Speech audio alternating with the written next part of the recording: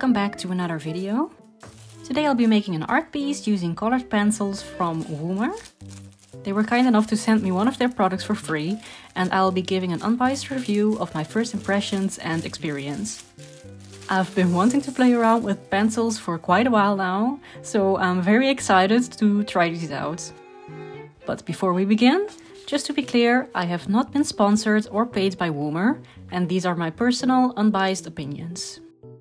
I've labeled each section of this video, so if you want to skip the initial review part and go straight to the drawing part of the video itself, you can do so by clicking on the timeline or skipping to the time codes shown on screen. Now, without further ado, grab a drink, grab a snack, and let's get right into it. These pencils come in a set of 72 colors and come in this bright orange metal box.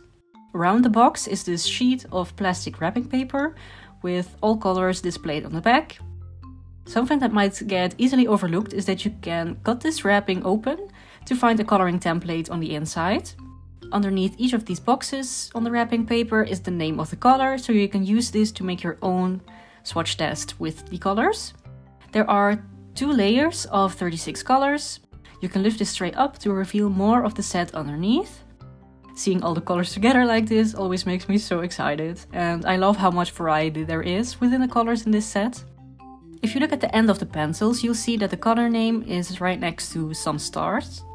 These stars represent the light fastness of each color. The more stars, the better the color stays the way it is when exposed to sunlight for a long time, while the colors with less stars can fade or discolor more quickly. I've never seen this with other pencils I've used before, so I think it's really cool how they tested this feature with each color and labeled them accordingly. The pencils have a round shape and feel very light in your hand, and I find that this makes them easy to hold for long periods of time. I personally need to be careful when drawing not to trigger my RSI symptoms, and after testing them I noticed that I can work with these pencils for several hours before I start to notice anything painful. Here you can see me coloring the color template. I do also have to say that I'm not that big of a fan of the template itself. The shape of the paper is really big and I had trouble finding a place to store it without it looking like paper trash I had lying around on my desk. It's just too big to fit into my sketchbooks that I usually use, but maybe if you have an A4 sketchbook or bigger, you could perhaps cut it in 2 and paste it in the cover. Or you could just make your own swatch test. I feel like that would take up the least space. But the color swatch reference is nice to have. Doesn't matter how you do it, I would recommend swatching the colors because that reference is a nice thing to have at hand. What I do like about the template is that there is a reminder at the bottom for the light fastness that you can see underneath each of the colored boxes. The first test I did with these pencils was in a sketchbook. I only have footage of this in like the TikTok format, but I'll show it on screen anyway. Everything went very naturally, and only after I finished drawing with them did I notice like, oh shit, I really need to review these and write down things that I didn't enjoy, but I literally didn't have anything to write down that I didn't enjoy. So yeah, they felt very smooth and I was able to create some really nice contrasts while layering. The pencils themselves feel very waxy. At first I was a bit worried that this might make them hard to layer on top of each other, but I didn't really find this a problem when I used them in an actual art piece. Only when pressing down on a color quite harshly does it become harder to add colors on top of them, except if it's like a really light color, like the white one. They surprisingly are very vibrant on top of the darker colors, even when press down the darker ones a little bit harder. If you want to use these pencils by themselves, I would very much recommend using them on smooth paper. This way you can get the most even layers of pencil across your drawing. But if you're a mixed media girly like me, it doesn't really matter that much. Just keep in mind that when you use these on textured paper, you need to add an underpainting to avoid the white of the paper peeking through the pencil. But I wasn't satisfied with only making a drawing within my sketchbook, so I'm going to show you a more detailed piece right now. Usually for prep, I make little thumbnail sketches in my sketchbook and then jump straight into the real drawing. But for this one I wanted to do a little more preparation. While I'm happy with the drawings I've captured on this channel so far, the drawings I've made were not that complicated for me and I wanted to challenge myself to make a more detailed piece. For the concept of this drawing, I knew I wanted to draw a person. I don't draw people as often anymore, and I thought it would be fun to try again. And I also wanted to add winter themes, because I knew this video would release around winter time. So I started flipping through my sketchbook and saw a bunch of Inktober prompts that I had written down. Sadly, during October itself, I didn't have time to actually participate in all these challenges, but that doesn't mean that I still can't use the prompt lists as inspiration right now. I wrote 2 separate lists down. One was for Peachtober and one is more spooky themed. My eye immediately fell on the witch prompt, and I knew I really wanted to draw a witchy girl. But I needed a little bit more than that to really get my creative juices flowing. So I also picked another prompt, this one from the Peachtober list, and I chose sky. What could I make with a witch and a sky prompt? A flying witch. Combining this idea, I also wanted to make it winter themed, like I said before, and I thought of letting her fly across a wintry landscape. I started sketching my first composition and drew her looking down. She could just be looking at the landscape, but I thought it could be fun or more interesting if she would be looking at something specific. So first I sketched a little house, but I wasn't really into that idea, so I just continued sketching and then came up with the idea of a goose flying next to her. After I sketched the first one, I was like, wait, what is a goose doing in a winter landscape? Shouldn't they have already migrated to the south? Honestly, I don't know the specifics of bird migration, so it might entirely be possible that geese are still around during the wintry months. I don't know, but this gave me the idea of a goose left behind during migration. Maybe it was sick or too young to fly for such a long distance and is now trying to catch up with the rest of its family. The witch would be keeping an eye on it and help it catch up, maybe lend a little hand if needed. As soon as this idea popped into my head, I really loved it. I'm currently reading this book. It's called Breeding Sweetgrass by Robin Wall Kimmerer. And in it there is a chapter where Robin talks about the relationship between humans and nature. A lot of Western people, me included, feel like humans and nature don't go that well together, and that humans have basically only caused harm to nature. But this doesn't have to be true. Humans can help nature as well. We can work in harmony along with it. I'm far from done reading this book, and I already found it such a beautiful and hopeful way to look at the world. Like, yes, we have caused harm to nature in many, many ways, but we've also helped it and can continue to do our best to help it as best as we can. And when I drew this witch and this idea came up to me, this specific part and message from the book also immediately came flooding back into my mind. She's giving a little helping hand to someone who needs it, guiding it along without interfering too much. I was very happy once this little story came to me after I finished sketching. I love making art that tells somewhat of a story, no matter how small. So now I had the story and the idea done, but I wanted to make a few more composition sketches. I thought it would be nice to let part of the goose break the bounds of the border of the drawing a little bit. This way it didn't feel as contained by the bounds of Earth anymore and can basically go anywhere now. It's really just going outside of like the boundaries or box of the drawing. Yeah, and once I felt happy with the composition, I decided to make the sketch and a color test within Procreate. In a recent video from Sophie McPike, she's such an inspiration to me. She shows this trick where she makes a digital sketch and then prints it on a very light setting on the art paper that she's going to use. And I love that idea, so I tried this technique myself this time. But to be fair, things did not work out the first time I tried to do this. The printing itself went well, but I made the sketch too detailed for the size I printed it on. I attempted to print it on a A5 piece of paper. This way I wouldn't have like large parts of white that I had to color. And I thought this would help me save time during the drawing process. This really wasn't a good idea, and while it was true that I didn't have to have these large areas to color in, the details of the face were like way too small for the size I drew it on, and I wasn't able to properly color it. After like 2 hours of drawing on it, I had to give up on the first drawing attempt. I tried to cut corners by drawing smaller, but gave myself more work instead, because now I had to start all over again. You gotta do what you gotta do. I just printed the sketch again, this time on an A4 size paper. And this is the piece I ended up finishing the actual drawing on. To be fair, I learned a lot from my first failed attempt though. I found that when trying to color a section with the colored pencils on a white background, there were these like white gaps that I couldn't manage to color in. Didn't matter how many times I went over those areas, the pencil wouldn't hold on to the paper there. I think that's because I worked on textured paper and these more deeper gaps, the pencil wouldn't be able to reach it. And I really didn't like that because of this, the white kept peeking through darker parts that I tried to color. So I tried to solve this on my second try and I added basically sort of underpainting with watercolors. I did this because I knew I wouldn't be able to really fix the problem of the paper peeking through the pencil, but this way, if the paper pokes through the pencil layers, it wouldn't be full white that you'd see, but you'd see a color as well, so it wouldn't make it as jarring. When I tried the pencils in my sketchbook, I didn't have this problem of the white poking through, but that's because the sketchbook I use has smooth paper.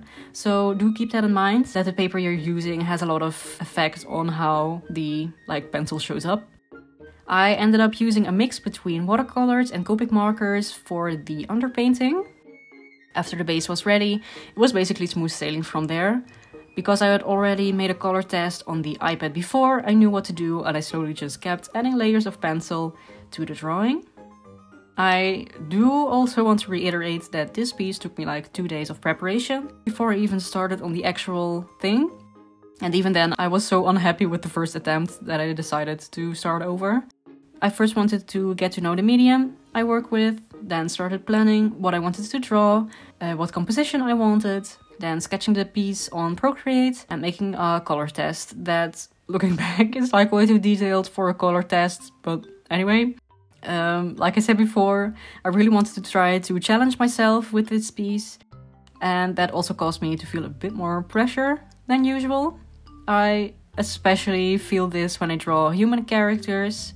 I'm also not entirely comfortable with drawing traditionally yet. That's basically because most of the years I spent developing my art skills, I worked on my iPad. So I was a bit frightened by this piece before I even started working on it. During my first attempt, I was constantly like, oh no, oh no, oh no, oh no. And I felt so defeated when I had to try all over again, but I'm glad I did. I don't feel like my traditional skill level is on par with my knowledge of color theory yet, and I sometimes have trouble actually applying what I've learned on paper, but I already feel like I learned so much from just getting to draw this piece. I'm really glad I pushed through, and I'm happy with the end result. It's still a little bit messy and I could keep thinking on it for a while longer, but I feel like it's also just fine the way it is. I don't have the patience to continue working on it, and I feel like I got everything out of this piece that I could.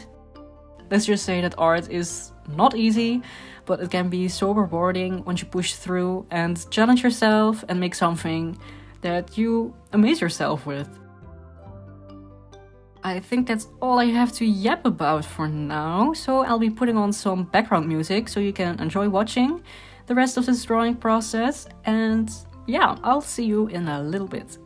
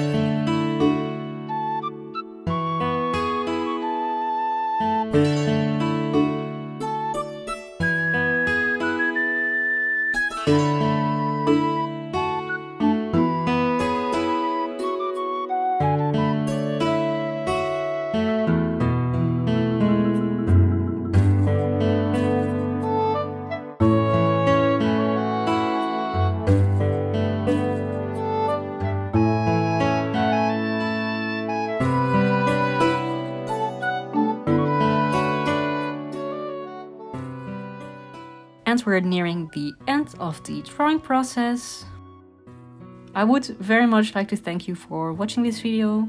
I still find it unreal that people actually watch my videos. Just know that it really means a lot to me and that your support helps me fulfill my dream of being an independent artist. If you would like to support me even further, you could like this video, subscribe, or even watch another video of mine. If you want to see my work on other platforms, the links to my socials will be in the description. And once again, thank you to Woomer for gifting me these pencils to review. Yeah, that's it. I hope to see you again soon, and goodbye!